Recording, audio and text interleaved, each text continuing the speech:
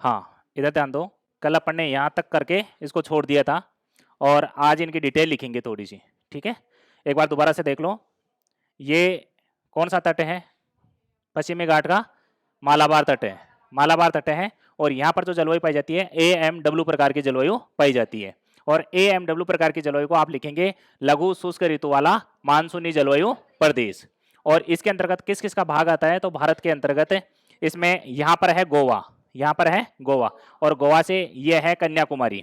तो कन्याकुमारी तक का जो भाग है वो पूरा का पूरा ये पश्चिमी घाट का ये भाग किस में आ जाता है, AMW प्रकार के जलवायु में आ जाता है। आप मेरे साथ लिख लें एक बार इसको, एक एक को हेडिंग डालें, शॉर्ट में डालना है तो हेडिंग, नाम तो पूरे लिख लिया ना आपने, अब तो शॉर्ट में डालो AMW, बस इतना सा डालो AMW, AMW डाल लिया। इसमें लिखें AMW में लिखें गोवा से कन्याकुमारी तक का मालाबार तट, गोवा से कन्याकुमारी तक का मालाबार तट, गोवा से कन्याकुमारी तक का मालाबार तट, गोवा से कन्याकुमारी तक का मालाबार तट। बताओ समझ में आया कि नहीं आया। यहाँ पर दक्षिण पश्चिम मानसून टकराएगा, सबसे पहले बारिश होगी, ठीक है ना। उष्ण कटिबंध का इलाका है, ए का मतलब है उष्ण कटिबंधीय जलवायु, एम का मतलब है मानसूनी जलवायु, डब्ल्यू का मतलब है विंटर विदाउट रेन, ठीक है ना। तो ये वाला भाग हो गया। दूसरा भाग लिखें AS, और AS कहाँ पर है, ये वाला भाग है। ये भाग कौन सा है, कोरोमंडल तट है। इसके अंतर्गत किस किस राज्य का भाग आएगा, तो आंध्र प्रदेश का भाग आएगा और तमिलनाडु का भाग आएगा। तो आप हेडिंग डाल लें AS, डाल लिया आपने AS, इसमें लिखें आंध्र प्रदेश व तमिलनाडु का, आंध्र प्रदेश व तमिलनाडु का, आंध्र प्रदेश व तमिलनाडु का, आंध्र प्रदेश व तमिलनाडु का मालाबार का तटीय क्षेत्र, मालाबार का तटीय क्षेत्र या मालाबार तटीय क्षेत्र, मालाबार का तटीय क्षेत्र, मालाबार का तटीय क्षेत्र लिख लिया। तीसरा लिखें AW, देखो भारत के मानचित्र में AW कहाँ है, ये रहा। और AW में देखोगे आप तो ये पूरा का पूरा त्रिभुजाकार प्रायद्वीपीय पठार है भारत का। इसका ये वाले भाग निकाल दोगे ना तो ये पूरा भाग ही किसका बच गया, AW। AW का मतलब है जो अफ्रीका में सवाना घास के मैदान है ना, अफ्रीका में सवाना घास के मैदान, वहां सवाना घास के मैदान में जो जलवायु पाई जाती है उसके समकक्ष जलवायु यहाँ भारत के प्रायद्वीपीय पठार में पाई जाती है। तो ये प्रायद्वीपीय पठार का अधिकांश भाग आ जाएगा, ठीक है। तो इसमें लिखे सामने प्रायद्वीपीय पठार का अधिकांश भाग, क्या मालाबार बोला है क्या मैंने, हाँ सॉरी, कोरोमंडल करो इसको, कोरोमंडल। ये तो इसमें लिखाई दिया था ना मालाबार, तो मालाबार तो यही है ना ये, अच्छा बोलने में दिक्कत हुई है, कोरोमंडल, मालाबार की जगह कोरोमंडल बोल दिया करो, कोरोमंडल। ये वाला भाग तो कोरोमंडल का ही तो है, तमिलनाडु और आंध्र प्रदेश का। तो ये कोरोमंडल में तो कौन सी जलवायु पाई जाएगी, AS जलवायु पाई जाएगी। और AMW के अंतर्गत मालाबार तट है, ठीक है ना। थोड़ा बोलने में दिक्कत हुई है। आगे लिखें AW, और AW के अंतर्गत लिखें प्रायद्वीपीय पठार का अधिकांश भाग, प्रायद्वीपीय पठार का अधिकांश भाग, प्रायद्वीपीय पठार का अधिकांश भाग, प्रायद्वीपीय पठार का अधिकांश भाग, प्रायद्वीपीय पठार का अधिकांश भाग कर लिया। चौथे नंबर पे लिखें BWHW, BWHW, BWHW। ध्यान रखना पहला शब्द है ना B और दूसरा शब्द है W, दोनों ही बड़े हैं, और H और W ये दोनों ही क्या हैं, छोटे हैं। BWHW। और ये कहां पाया जाता है, देखेंगे तो राजस्थान का केवल पश्चिम भाग है, केवल राजस्थान का पश्चिम भाग है जो मरुस्थलीय इलाका है, ठीक है। इसमें लिखें राजस्थान का पश्चिम भाग, BWHW में लिखें राजस्थान का पश्चिम भाग, राजस्थान का पश्चिमी भाग, राजस्थान का पश्चिम भाग। और उसके बाद में लिखें BSHW, BSHW, BSHW। देखो BSHW कहाँ है, बी और एस दोनों ये बड़े शब्द हैं और ये दोनों क्या हैं, छोटे शब्द हैं। ये वाला भाग है पूरा का पूरा। देखो इसमें क्या क्या शामिल है, मैं आपको समझा दूं एक बार। पहली बात तो अरावली का पश्चिम का जस्ट लगता हुआ भाग है जो राजस्थान का है। किसका भाग है, राजस्थान का। और ये वाला भाग है ना, ये वाला भाग है, ये पंजाब और हरियाणा का दक्षिण भाग है। पंजाब और हरियाणा का क्या है, दक्षिण भाग। राजस्थान का अरावली का पश्चिम भाग आ गया, मरुस्थल को छोड़कर, मरुस्थल को छोड़कर, क्यों, मरुस्थल तो BWHW में आ जाएगा। और इसके अलावा ये गुजरात का भाग है, ये वाला, ये उत्तरी गुजरात है, ठीक है ना, जिसको कच्छ का रण कहते हैं। तो ये भाग इसमें शामिल है। लिखे, राजस्थान के अरावली का पश्चिम का भाग, राजस्थान के अरावली का पश्चिम का भाग, राजस्थान के अरावली का पश्चिम का भाग, पश्चिम का भाग, ब्रैकेट में लिखें मरुस्थल को छोड़कर, ब्रैकेट में लिखें मरुस्थल को छोड़कर, मरुस्थल को छोड़कर, मरुस्थल को छोड़कर। लिख लिया। नेक्स्ट लिखें इसी में ही कोमा लगा के, दूसरा लिखें कोमा लगा के लिखें पंजाब व हरियाणा का दक्षिण भाग, पंजाब व हरियाणा का दक्षिण भाग, पंजाब व हरियाणा का दक्षिण भाग, पंजाब व हरियाणा का दक्षिणी भाग। कोमा लगाएं गुजरात का, गुजरात का उत्तरी भाग, गुजरात का उत्तरी भाग, गुजरात का उत्तरी भाग, और उसमें लिख लें कच्छ का रण, गुजरात का उत्तरी भाग और उसमें लिख लें कच्छ का रण, कच्छ का रण। ठीक है, ये हो गया BSHW। अब इसके अलावा देखो एक क्षेत्र और भी लिखना है आपको। ये वाला भाग है ना, ये प्रायद्वीपीय पठार का आंतरिक भाग है, और इसको या तो आप प्रायद्वीपीय पठार के आंतरिक भाग बोल दो, या फिर आप इसको बोल दो पश्चिमी घाट का वृष्टि छाया प्रदेश। तो ये भी लिख लें कोमा लगा के, कोमा लगा के लिखें वह प्रायद्वीपीय पठार का, प्रायद्वीपीय पठार का आंतरिक भाग, प्रायद्वीपीय पठार का आंतरिक भाग, प्रायद्वीपीय पठार का आंतरिक भाग, ओब्लिक चिन्ह, ओब्लिक चिन्ह इसको ऐसा भी लिखा जा सकता है पश्चिमी घाट का वृष्टि छाया प्रदेश, पश्चिमी घाट का वृष्टि छाया प्रदेश,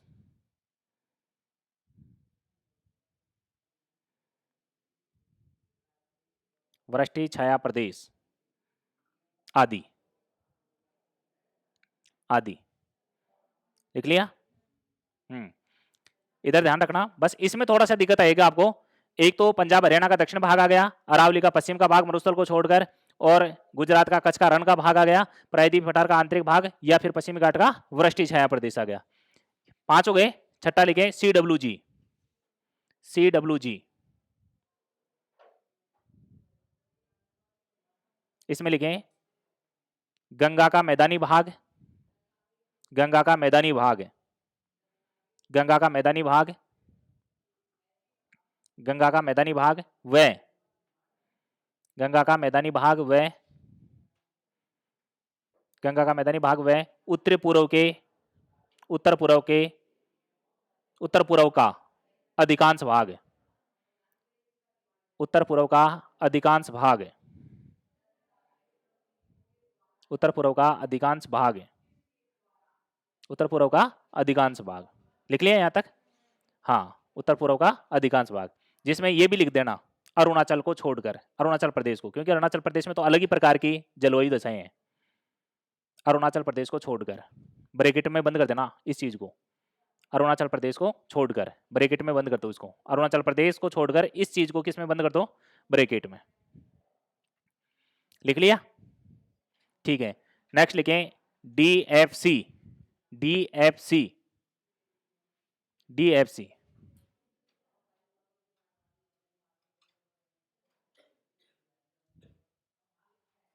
DFC लिख लिया। इसमें लिखें DFC कहाँ है, ये वाला भाग है, तो बस इसमें अरुणाचल प्रदेश कर दें आप। क्या कर दें, अरुणाचल प्रदेश, केवल अरुणाचल प्रदेश है, केवल अरुणाचल प्रदेश है। केवल अरुणाचल प्रदेश है। और नेक्स्ट लिखें लास्ट ई, नेक्स्ट लिखें ई, ध्रुवीय जलवायु प्रदेश या ध्रुवीय जलवायु, ठीक है ना। ये कहाँ है?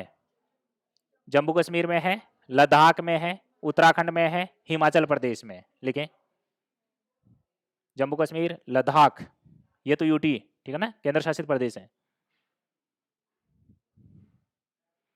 जम्मू कश्मीर है, लद्दाख है, हिमाचल प्रदेश है और उत्तराखंड का भाग है। ये भाग किस में आता है? ई जलवायु में, ई जलवायु में। लिख लिया क्या? हो गए पूरे? थोड़ा सा चेंज कर लेना, ये उष्ण कटिबंधीय, यहाँ पर एक शब्द और लिख लेना, शुष्क। उष्ण कटिबंधीय शुष्क ग्रीष्म मानसूनी जलवायु वाला प्रदेश, इसके नामकरण में शुष्क शब्द और डाल दो, क्योंकि ये वाला भाग है ना, ये ग्रीष्म काल में कैसे रहता है? सूखा, तो शुष्क और लिखें आप, उष्ण कटिबंधीय शुष्क ग्रीष्म मानसूनी जलवायु वाला प्रदेश, ऐसे कर दे उसको। लिख लिया? अब इधर ध्यान दो, इधर ध्यान दो, इनके बारे में अपन एक बार थोड़ा सा, ठीक है ना, एक बार रिवाइज कर लें थोड़ा फास्टली। इस ए का मतलब आपने क्या बोला? उष्ण कटिबंधीय।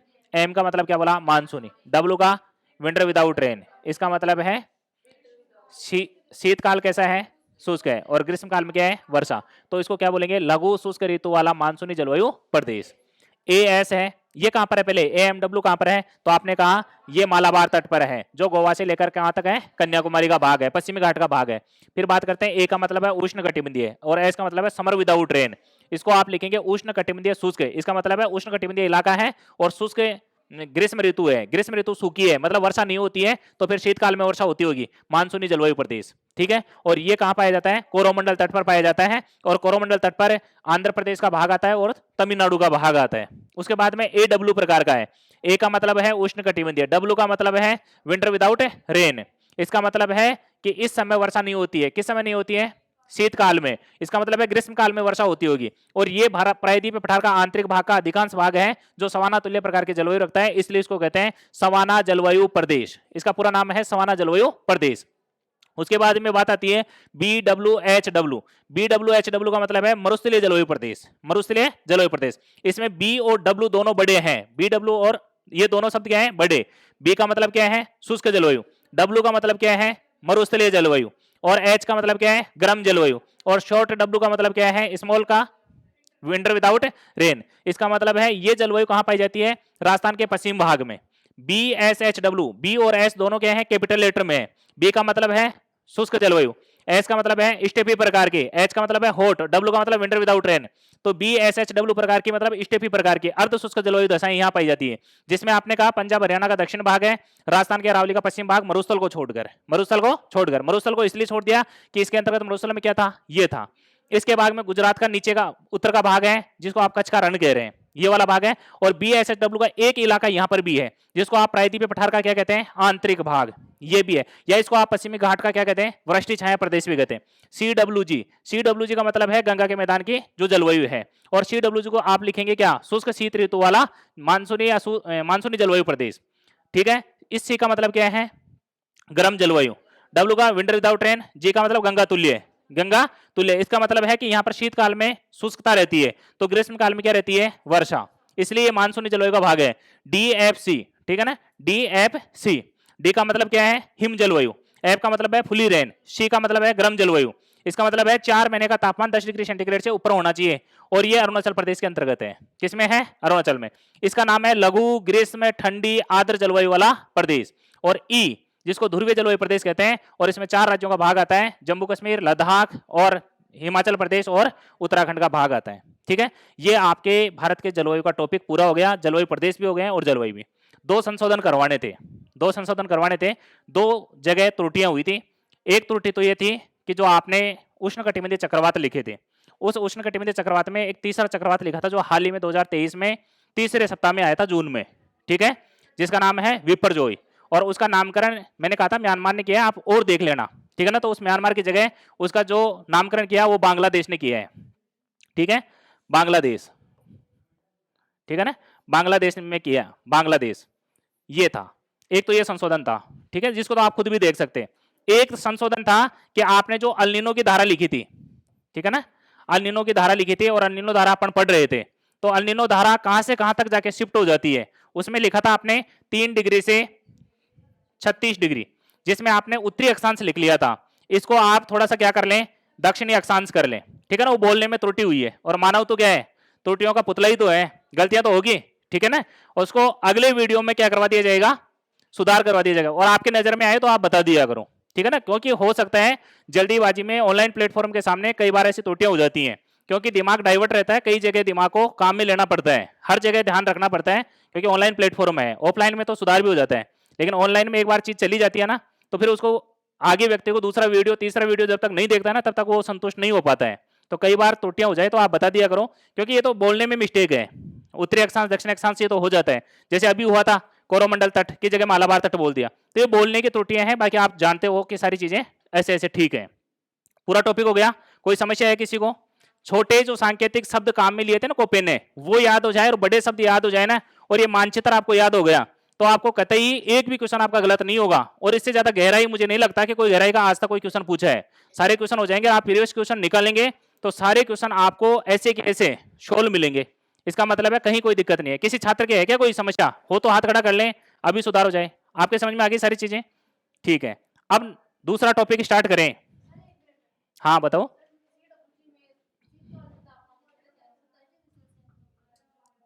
CWG गंगा तुल्य, हाँ, शीतकाल में कितना रहता है? शीतकाल में तापमान यहाँ पर न्यूनतम तापमान तो रहता है 10 डिग्री, न्यूनतम तापमान तो रहता है 10, और उच्चतम तापमान रहता है यहाँ पर 32 डिग्री सेंटीग्रेड।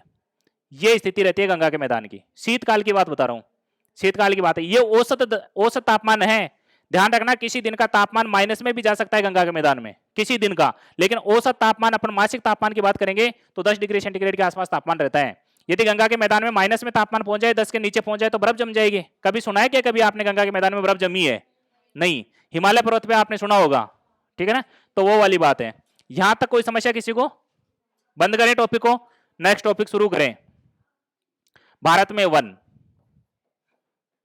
टॉपिक का नाम लिखें, भारत में वन, भारत में वन, भारत में वन। और ये टॉपिक इसलिए स्टार्ट किया है, यदि आपको वर्षा का मानसून का पता चल गया ना, तो ये वन आराम से आपके समझ में आएंगे, भारत की वनस्पति आपके आराम से समझ में आएगी।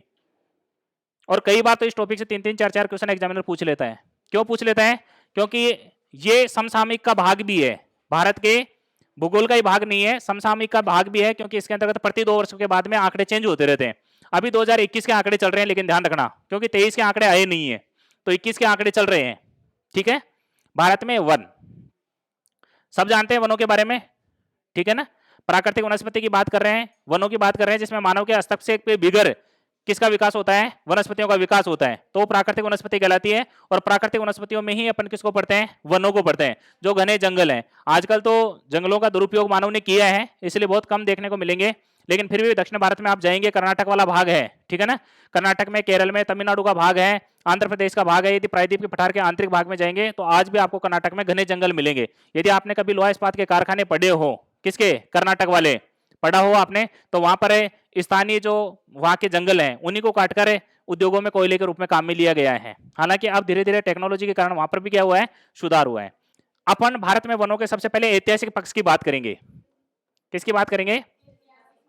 ऐतिहासिक पक्ष की बात करेंगे, ऐतिहासिक पक्ष। और ऐतिहासिक पक्ष के अंतर्गत सबसे पहले नाम आएगा, एक विद्वान है जिसका नाम है H.G. चैंपियन। H.G. चैंपियन नामक विद्वान है, जिसने भारत के सबसे पहले 1936 की बातें है ये, जब भारत आजाद भी नहीं हुआ था, 1936 में भारत में सबसे पहले वनों का वर्गीकरण कर दिया था इसने। वनों का वर्गीकरण सबसे पहले वनों का वर्गीकरण किया था। किसने किया था? H.G. चैंपियन। नाम सुना था कभी आपने H.G. चैंपियन का? इस विद्वान ने 1936 में ही भारत के वनों का वर्गीकरण कर दिया था और वनों के भाग बता दिए थे। हालांकि उसने जो भाग बताए वो इतने लोकप्रिय नहीं हुए, लेकिन ये कहा जाता है जब ऐतिहासिक पक्ष पढ़ा जाता है भारत में वनों का, तो इस व्यक्ति का नाम आता है। कई बार एक क्वेश्चन पूछ लिया जाता है कि सबसे पहले भारत में वनों का वर्गीकरण करने वाला विद्वान कौन था, तो H.G. चैंपियन। फिर 1947 में भारत आजाद होता है और 1968 की बातें हैं, 1968 में चैंपियन महोदय दोबारा से अपने दिए गए वर्गीकरण के ऊपर पुनर्विचार करते हैं और 1968 में दोबारा से एच जी चैंपियन, ठीक है ना, एच जी चैंपियन, और साथ में है एक विद्वान और है जिसका नाम है सेठ। कौन है? सेठ। ये दोनों व्यक्ति स्वतंत्र भारत के अंतर्गत वनों का क्या करते हैं? वर्गीकरण। स्वतंत्र भारत में वनों का वर्गीकरण करते हैं और वर्गीकरण करके भारत में वनों के प्रकार बताते हैं, ठीक है। और इन्होंने जो प्रकार बताए इसमें दो प्रकार के बताए, एक तो बताए मुख्य और दूसरे बताए उप। मुख्य प्रकार इन्होंने बताए 16, कितने बताए? 16, और उप प्रकार बताए इन्होंने 221। कितने बताए? 221। तो शायद आपको ऐसा लग रहा है कि सर 221 मानचित्र पर दर्शाना भी बड़ा मुश्किल काम है, ठीक है। अभी आपने जलवायु प्रदेश दर्शाए थे, 8 जलवायु प्रदेशों में मानचित्र भर गया था। 221 से वनों के आप यदि प्रदेश दर्शाओगे, ठीक है ना, तो पूरे मानचित्र में दर्शाना बड़ा मुश्किल कार्य है।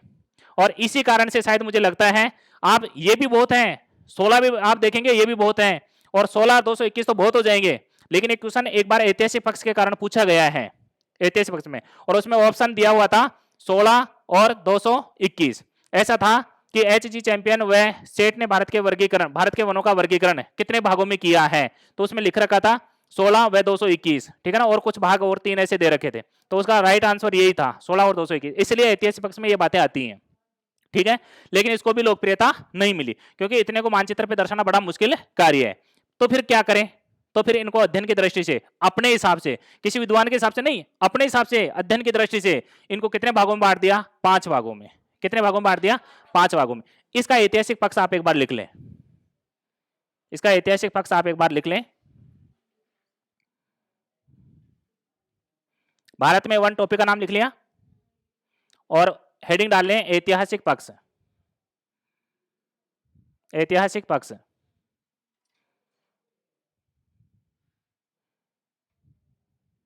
इसमें लिखें भारत में सर्वप्रथम वनों का वर्गीकरण, भारत में सर्वप्रथम वनों का वर्गीकरण, भारत में सर्वप्रथम वनों का वर्गीकरण, भारत में सर्वप्रथम वनों का वर्गीकरण सन 1936 में, सन 1936 में, सन 1936 में एच जी चैंपियन महोदय द्वारा, एच जी चैंपियन महोदय द्वारा, शुद्धि अशुद्धि देख लेना आप एक बार, ठीक है ना, मेरे पास तो अशुद्धियां हो जाती हैं कई बार, आप शुद्ध लिख लेना। मैं बोल रहा हूं एच जी चैंपियन द्वारा, चैंपियन महोदय द्वारा, इतना बड़ा काम किया है तो मान सम्मान तो बनता है विद्वान का। चैंपियन महोदय द्वारा किया गया, चैंपियन महोदय द्वारा किया गया। कब की बातें हैं? 1936 की। दूसरा पक्ष लिखें, लाइन चेंज करके लिख लें, या संख्या में लिख रहे हैं तो दूसरा नंबर डाल के लिख लें। दूसरा ऐतिहासिक पक्ष है, लिखें वर्ष 1968 में, वर्ष 1968 में, वर्ष 1968 में, वर्ष 1968 में H G champion, H G champion व सेठ, एच जी चैंपियन व सेठ महोदय के द्वारा, सेठ महोदय के द्वारा, सेठ महोदय के द्वारा,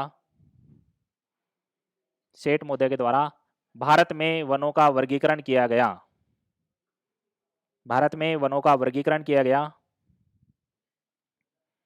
भारत में वनों का वर्गीकरण किया गया, वर्गीकरण किया गया, जिन्होंने, जिन्होंने 16 मुख्य, जिन्होंने 16 मुख्य व 221, 16 मुख्य व 221 उप प्रकार बताइए, उप प्रकार बताइए।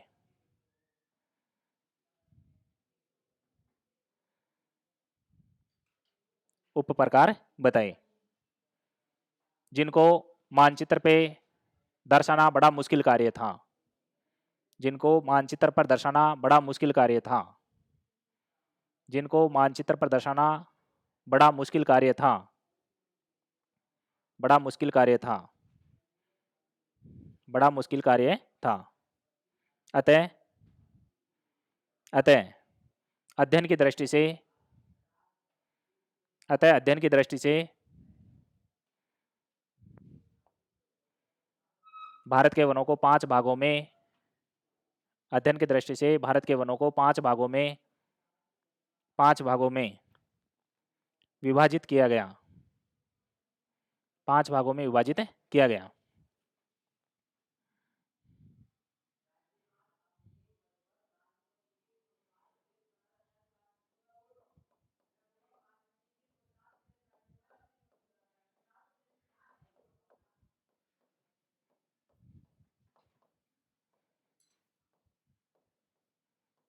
कितने भागों में बांटा है? 5 भागों में। और 5 भागों में पहला भाग लिख लें, हेडिंग में नहीं लिखना है, नाम ही लिखना है। इनकी डिटेल बहुत बड़ी है, ठीक है ना, बहुत बड़ी है, बहुत सी विशेषताएं हैं इनकी, और एक एक को करवाएंगे, बहुत टाइम लगेगा इनमें। आप इनके पहले एक बार सामान्य परिचय कर लें कि 5 भाग कौन कौन से हैं, एक सामान्य सामान्य बातें हो जाएं। पहला है उष्ण कटिबंधीय, उष्ण कटिबंधीय सदाबहार, उष्ण कटिबंधीय सदाबहार व अर्ध सदाबहार,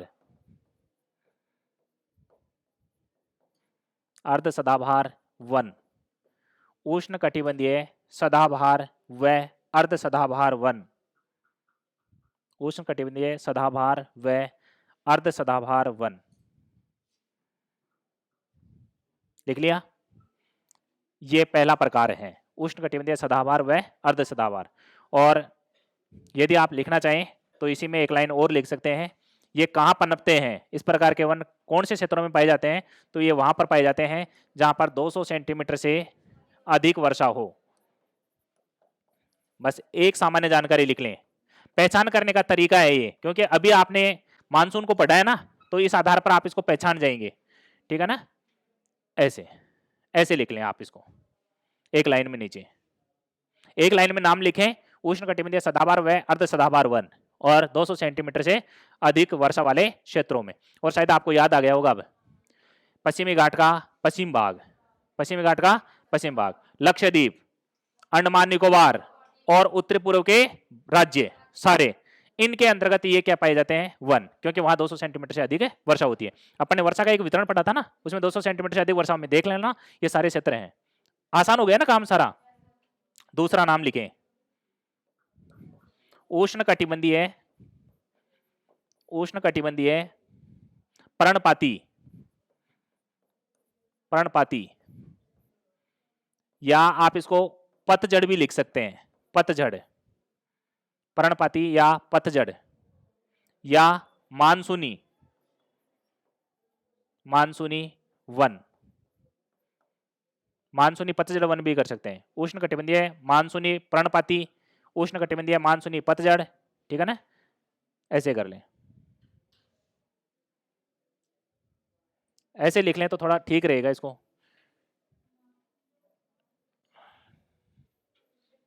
कोई बात नहीं, कोई बात नहीं। उष्ण कटिबंधीय मानसूनी पतझड़ या पर्णपाती वन, ऐसे भी लिख सकते हैं इसको ना, एक ही बात है, कोई दिक्कत नहीं है। उष्ण कटिबंधीय मानसूनी पतझड़ या पर्णपाती वन, इसका मतलब यह है कि ये जो वन है ये कुछ समय के लिए अपनी पत्तियां क्या कर देते हैं? गिरा देते हैं। इसके अंतर्गत सदाबहार का मतलब यह था कि पत्तियां गिराने का जो समय था, सारी प्रजातियों के जो इस वृक्ष पाए जाते हैं उनका समय अलग अलग था, इनकी डिटेल से चर्चा करेंगे, ठीक है ना।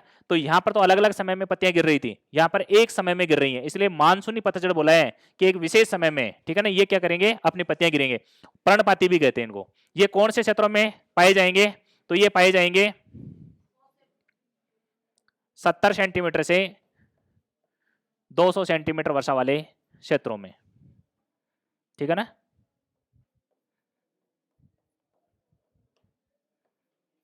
वर्षा वाले क्षेत्रों में 70 सेंटीमीटर से 200, सही है क्या? 70 सेंटीमीटर से 200 सेंटीमीटर वर्षा वाले। तीसरा प्रकार लिखें, उष्ण कटिबंधीय उष्ण कटिबंधीय कंटीले, कंटीले वन, उष्ण कटिबंधीय कंटीले वन, उष्ण कटिबंधीय कंटीले वन। देख लिया क्या? उष्ण कटिबंधीय कंटीले वन। और ये जो उष्ण कटिबंधीय कंटीले वन है, ठीक है ना, ये कौन से वर्षा वाले क्षेत्रों में पाए जाते हैं? तो ये पाए जाते हैं 50 सेंटीमीटर से कम वर्षा वाले क्षेत्रों में, 50 सेंटीमीटर से कम वर्षा वाले क्षेत्रों में, 50 सेंटीमीटर से कम वर्षा वाले क्षेत्रों में, 50 सेंटीमीटर से कम वर्षा वाले क्षेत्रों में। लिख लिया? चौथा लिखें पर्वतीय वन, नंबर 4 पे लिखें पर्वतीय वन, पर्वतीय वन। कंफ्यूज हो रहे हैं आप वर्षा में? बीच में छूट गई संख्या आपके हिसाब से, 50 और 70 का मामला नहीं बैठ रहा होगा, समझेंगे उसको आगे, एक बार नाम लिखें, ठीक है ना। पर्वतीय वन, पर्वतीय वन में कोई वर्षा नहीं है क्योंकि ये पर्वतों के ऊपर आपको देखने को मिलेगी, तो वर्षा का कोई मामला नहीं है यहाँ पर। और पांचवा लिख लें, पांचवा लिख लें ज्वारीय वन, ज्वारीय वन, दलदली वन, अनूप वन, लेगून वन,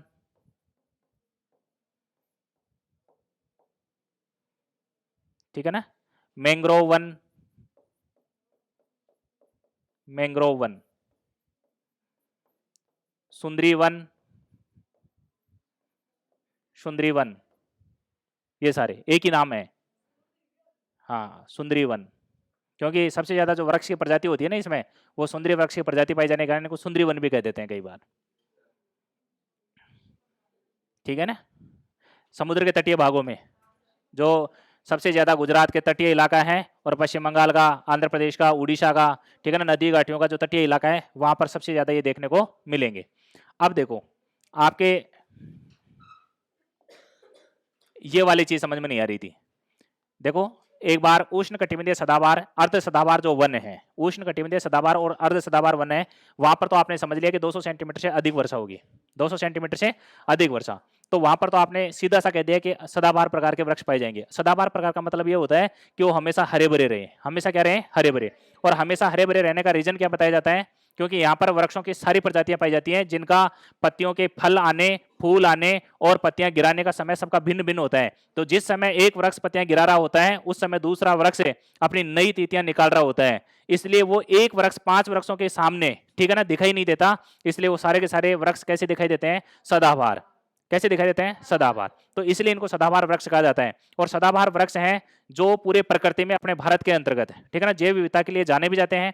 सबसे ज्यादा यदि कोई प्राथमिक उत्पादकता प्राप्त होती है तो वो इन वनों से होता है। केरल में आपने साइलेंट वैली का नाम सुना होगा, ठीक है ना, जैव विविधता के लिए जाना जाता है, हॉटस्पॉट क्षेत्र है, वो भी इन्हीं वनों के अंतर्गत है।